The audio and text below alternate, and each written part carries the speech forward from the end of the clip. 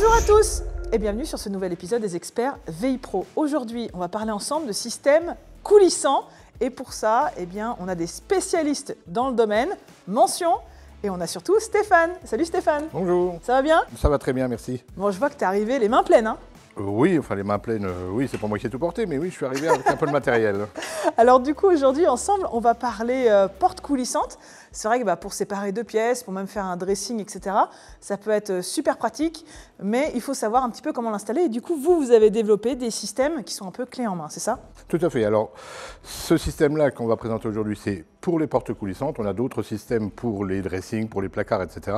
Notre spécialité, en fait, c'est tout ce qui est coulissant, sauf les fenêtres, puisqu'on va aussi bien de la porte extérieure que de la porte intérieure, de la porte de 2 kg jusqu'à la porte de 3 tonnes. Tout ce qui coulisse nous intéresse. Et du coup, mention, c'est français, c'est des fabricants, c'est quoi? C'est une société de Besançon, une société familiale créée par Monsieur Mention, il y a donc en 1920, et qui existe toujours et qui fabrique toujours ses produits à Besançon. D'accord, donc ça évolue d'année en année, et puis vous faites de la recherche et développement, et c'est pour ça que là, on a vraiment des kits qui ont été pensés pour être prêts à installer. Tout à fait, et même la recherche et développement, on a appuyé ce qui est quand même en vogue actuellement, tout ce qui est motorisation, assistance à l'ouverture de porte ou à la fermeture, puisqu'on a intégré dans le groupe Mention une société qui fabrique nos propres moteurs, qui sont fabriqués à côté de Dijon, à Genlis, et qui fabrique tout ce qui est motorisation domestique pour la porte, pour le volet, etc. D'accord.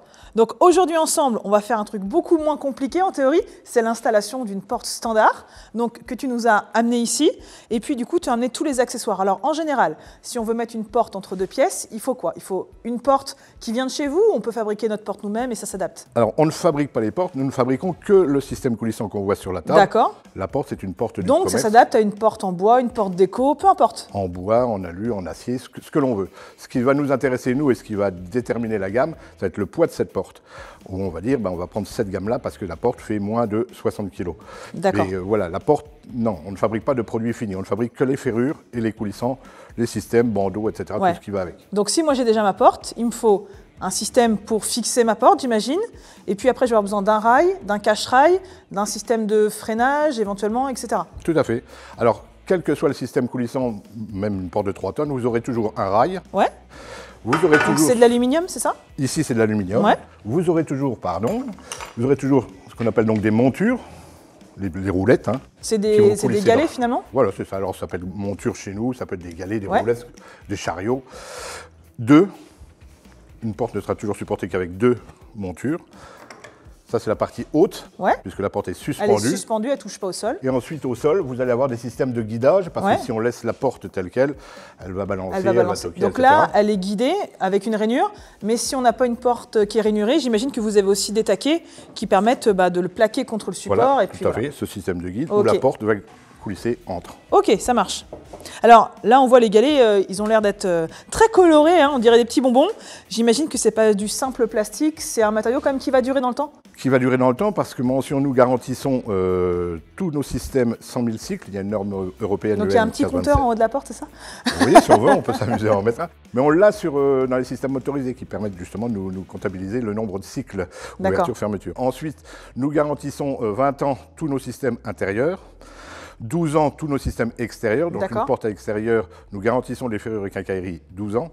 Et tout ce qui est motorisation, nous garantissons 5 ans. Donc si on a un problème, on vous contacte. Et si par exemple il y a une casse, vous avez de la pièce derrière, on rechange.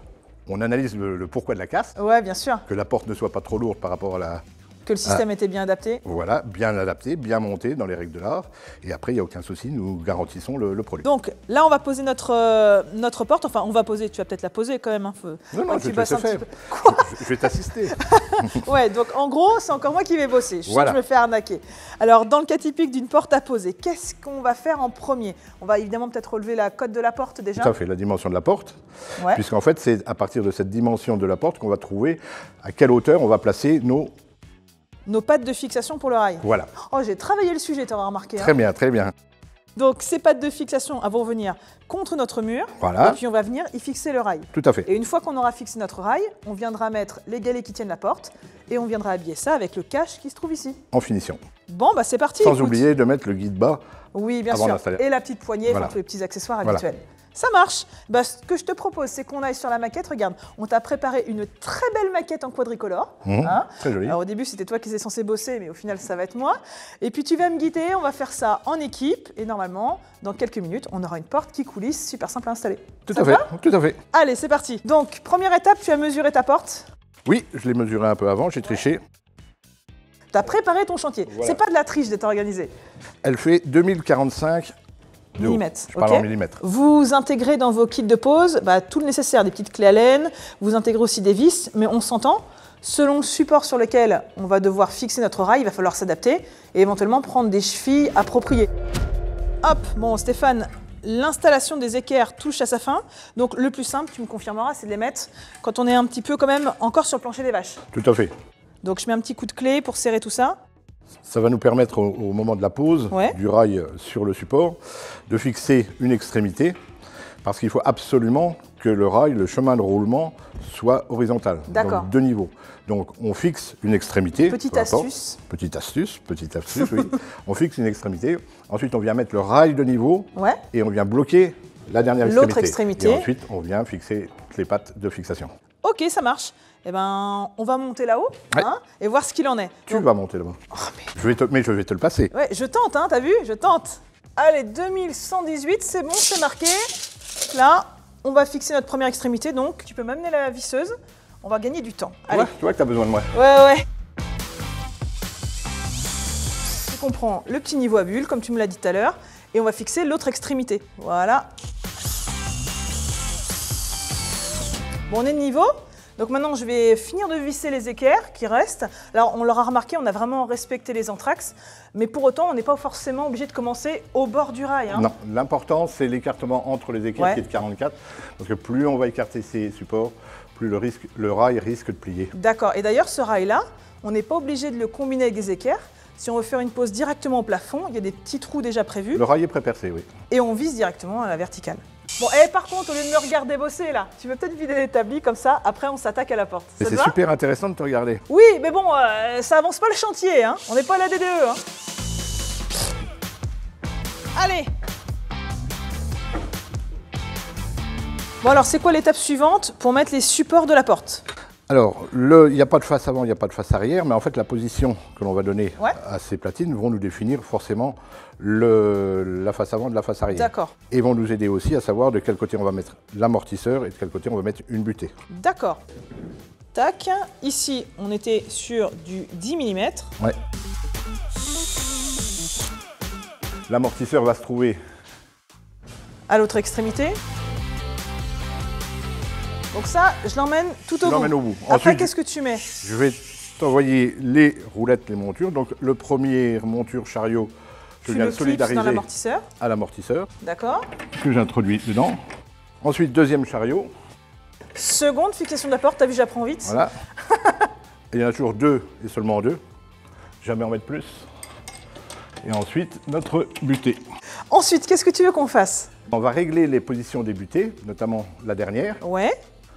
Puisque c'est elle qui va venir amortir la porte. On D'accord. pourra toujours la régler après.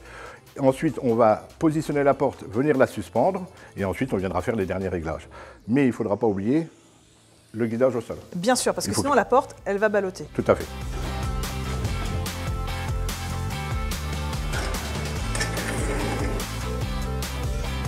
Allez. Nickel. Premier coup, on serre. Voilà. Donc je verrouille. Et alors qu'est-ce que tu veux qu'on fasse? On met le cache, on règle? Non, on va déjà armer l'amortisseur. D'accord.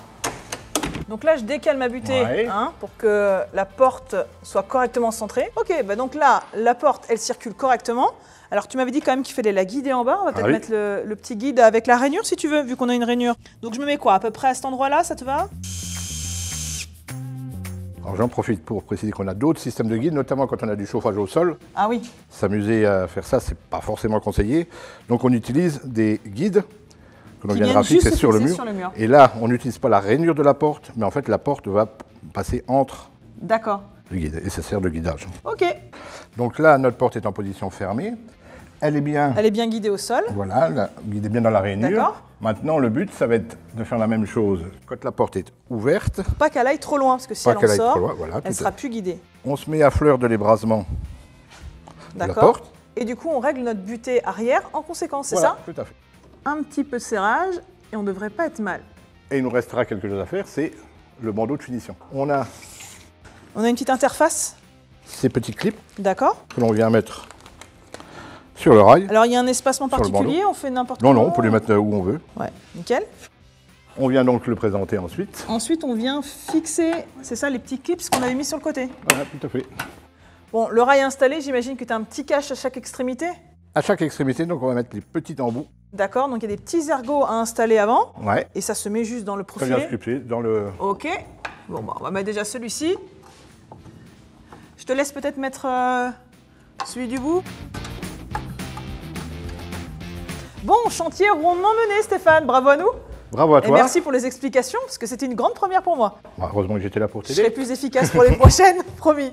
Alors du coup, l'avantage pour les artisans, c'est que s'ils achètent ce modèle-là ou même d'autres modèles de la gamme SAF, eh bien, ils peuvent cumuler des points avec le programme ViPro. Qu'est-ce que vous en faites partie? Tout à fait. Nous Ouais. avons intégré le programme ViPro et donc tous les avantages que procure ViPro. Les installateurs qui achètent du mention peuvent les voir. Bon, ça, c'est un super bon plan, mais pour en profiter, il faut être un artisan partenaire du club ViPro. Donc, si vous n'êtes pas encore adhérent, allez y faire un tour. On vous ajoute même un petit code promo en bas de l'écran. Comme ça, vous aurez plein de super avantages. En ce qui me concerne, je vais aller prendre un peu de repos parce qu'il m'a fait bosser pendant tout le chantier. Toi, tu n'auras qu'à faire un petit coup de propre et puis poser ma poignée. Moi, je vous dis à très bientôt pour un nouvel épisode des Experts ViPro. Bye bye et bon courage, hein, Stéphane.